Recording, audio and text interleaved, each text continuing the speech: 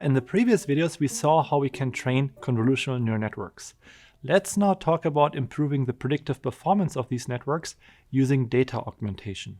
So the goal here is to improve the generalization performance of the convolutional networks, that is to reduce overfitting. So assume we are looking here at the training accuracy and the test accuracy, where of course the higher the better. Now we typically measure the degree of overfitting as the difference between the training accuracy and the test accuracy. And in Unit 6 we talked about some techniques that we can use to reduce overfitting.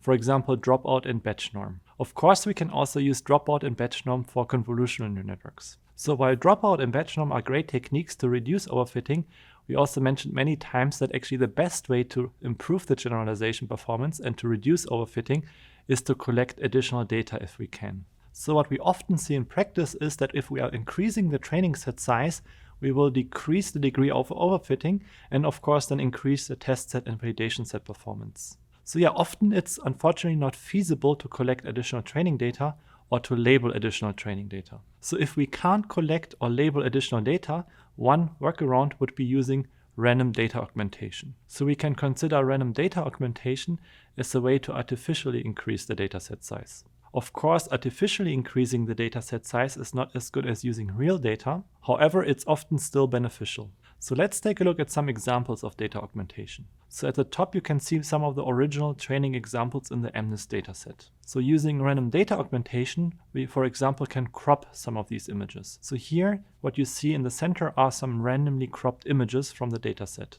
Notice that we only crop the images slightly so that we don't destroy the information in the images. Or at the bottom would be another example of data augmentation where we rotate these images slightly and randomly to create new variants of these images. Or consider these training images from the Cypher10 dataset. Another data augmentation technique is to slightly and randomly change the brightness of the images. Or we can also randomly modify the saturation and the hue of the images. However, notice that these modifications are usually subtle because we don't want to create unrealistic images. So here we only looked at a small subset of data augmentation to just illustrate the point. Of course, there are many additional types of data augmentation out there.